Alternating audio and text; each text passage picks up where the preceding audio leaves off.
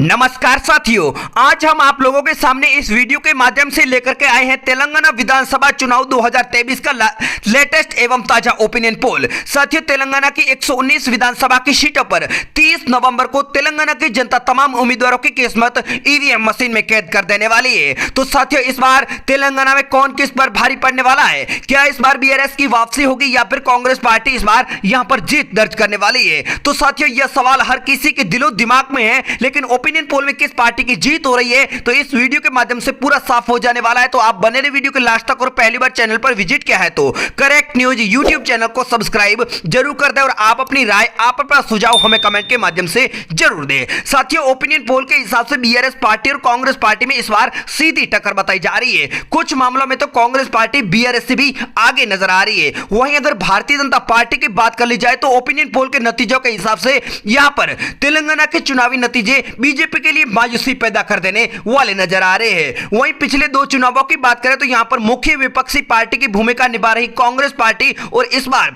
BRS party स्वाभाविक तौर पर 9 वर्षों में ज्यादा एंटी इंकम्बेंसी झेलती नजर आ रही है। वहीं सीएम केसीआर की इस बार लोकप्रिय योजनाएं भी है जिसको जनता तक पहुंचकर नजरअंदाज भी नहीं किया जा सकता है। लेकिन यहां पर फिलहाल मुख्य विपक्षी पार्टी यानी कांग्रेस दल और पिछले वर्षों से सड़कों पर मुख्य विपक्षी पार्टी की भूमिका निभाने वाले बीजेपी के समीकरणों पर नजर डालने की कोशिश करते हैं तो अगले साल के लोकसभा के चुनाव में राष्ट्रीय स्तर पर इन दलों में प्रदर्शन देश में एक नई तस्वीर तेलंगाना में बनने की संभावनाएं बताई जा रही है। वहीं अगर कांग्रेस पार्टी की बात करें तो हाल ही में हुए कर्नाटक के विधानसभा के चुनाव में मिली जीत के बाद कांग्रेस पार्टी उत्साह में नजर आ रही है। पार्टी को यही लग रहा है कि बीआरएस पार्टी के खिलाफ 9 वर्षों से एंटी इंकम्बेंसी झेल रही है और इस बार कांग्रेस पार्टी ने कई लोक लुभावनी घोषणाएं तेलंगाना के चुनावों से पहले कर दी है। इससे कांग्रेस पार्टी अपनी जीत तय मानती नजर आ रही है। ओपिनियन पोल में भी यही दिखा रहा है कि कांग्रेस पार्टी का मुकाबला सीधा बीआरएस पार्टी से नजर आ रहा है। वहीं कांग्रेस पार्टी अपने ओपिनियन पोल में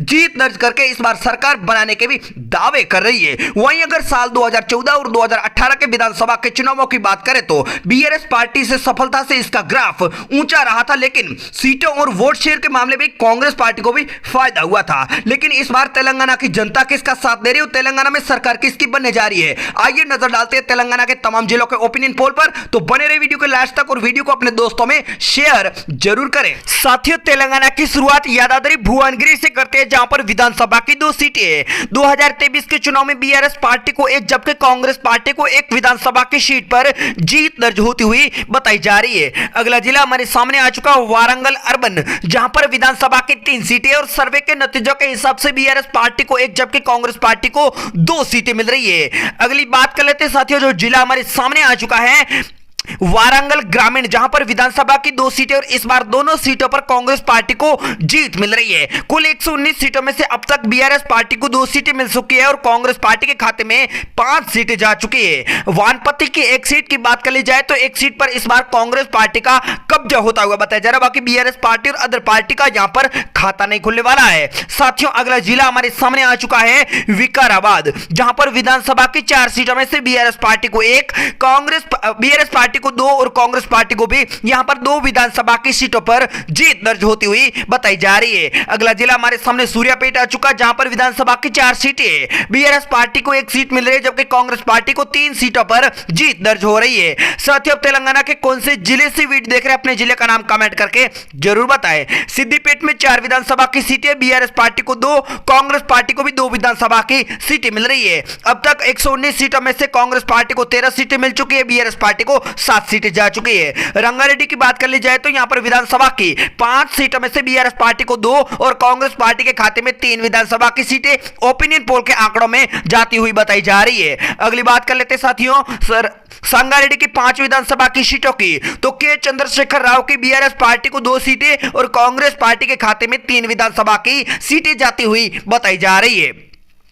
अगली बात कर लेते हैं रजना सिरसिला की, जहां पर विधानसभा की 2 सीटें हैं। इस बार दोनों सीटों पर के चंद्रशेखर राव की पार्टी यानी बीआरएस पार्टी का कब्जा होता हुआ बताया जा रहा है। अगला जिला साथियों हमारे सामने आ चुका है पेदापल्ली, जहां पर विधानसभा की 3 सीटें हैं। 2023 के विधानसभा के चुनाव में ओपिनियन पोल के नतीजों के हिसाब से बीआरएस पार्टी को 1, कांग्रेस पार्टी को 2 सीटों पर जीत मिलती हुई ओपिनियन पोल में बताई जा रही है। निर्मल की बात कर ली जाए तो यहां पर 3 विधानसभा की सीट है और तीनों सीटों पर इस बार कांग्रेस पार्टी का कब्जा होता हुआ बताया जा रहा है। ऐसे में कुल 119 सीटों में से बीआरएस 14, कांग्रेस पार्टी को 27 सीटें जा चुकी है। नलगोंडा की 6 विधानसभा की सीटों में से इस बार बीआरएस पार्टी को 3 जबकि कांग्रेस पार्टी को भी 3 विधानसभा की सीटें जाती हुई बताई जा रही है। ऐसे में बीआरएस का आंकड़ा पहुंचा है 17 सीट, कांग्रेस पार्टी 30 विधानसभा की सीट।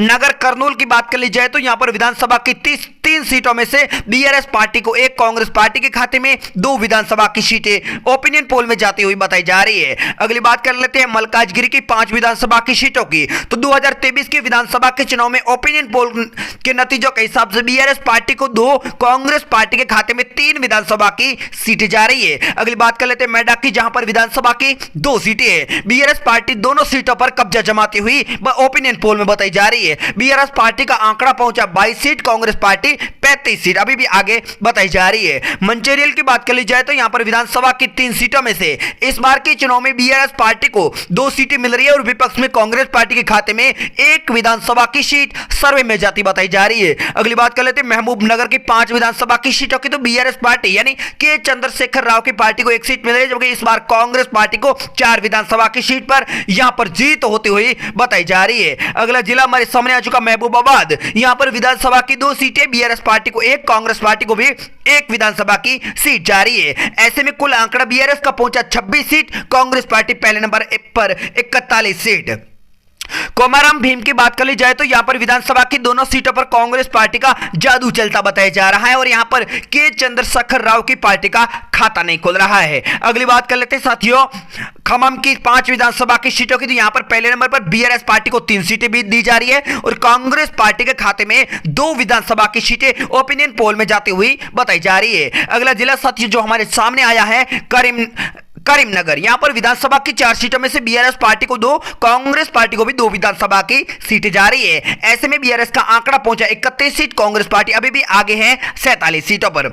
अगली बात कर लेते हैं कमारेड्डी की 3 विधानसभा की सीटों की। तो यहां पर इस बार तीनों सीटों पर कांग्रेस पार्टी का जादू चल रहा है, यानी इस बार तेलंगाना में होने वाले विधानसभा के चुनाव में बीआरएस पार्टी को पछाड़कर कांग्रेस पार्टी जीत दर्ज कर सकती है। जोगुलांबा गढ़वाल में भी 2 विधानसभा की सीटें और दोनों सीटों पर कांग्रेस पार्टी का कब्जा हो रहा है, यानी इस बार तेलंगाना में रिवाज बदलने जा रहा है और कांग्रेस पार्टी को जीत दर्ज होती हुई ओपिनियन पोल में बताई जा रही है। अगली बात कर लेते हैं जनगांव की 3 विधानसभा की सीटों की। तो यहां पर भी कांग्रेस पार्टी 2 सीटों पर कब्जा कर रही है, बीआरएस पार्टी को 1 सीट जा रही है। बीआरएस पार्टी का आंकड़ा पहुंचा 32 सीट और कांग्रेस अभी भी आगे है 54 सीट पहुंच चुकी है। अगली बात कर लेते हैं जगतियाल की 3 विधानसभा की सीटों की। तो यहां पर तीनों सीटों पर कांग्रेस पार्टी का जादू चल रहा है। ऐसे में कांग्रेस का आंकड़ा पहुंचा 57 सीट, बीआरएस पार्टी को 32 सीटें मिल चुकी है। अगली बात साथियों कर लेते हैं जयशंकर भूपालपल्ली की 2 विधानसभा की सीटों की। तो यहां पर दोनों पार्टियों में कांटे की टक्कर होती जताई जा रही है, यानी 1 सीट पर के चंद्रशेखर राव की पार्टी का कब्जा हो रहा है, जबकि 1 सीट कांग्रेस पार्टी के खाते में जा रही है। हैदराबाद की बात कर ली जाए तो यहां पर 15 विधानसभा की सीटों में से बीआरएस पार्टी को 2, कांग्रेस पार्टी को 3,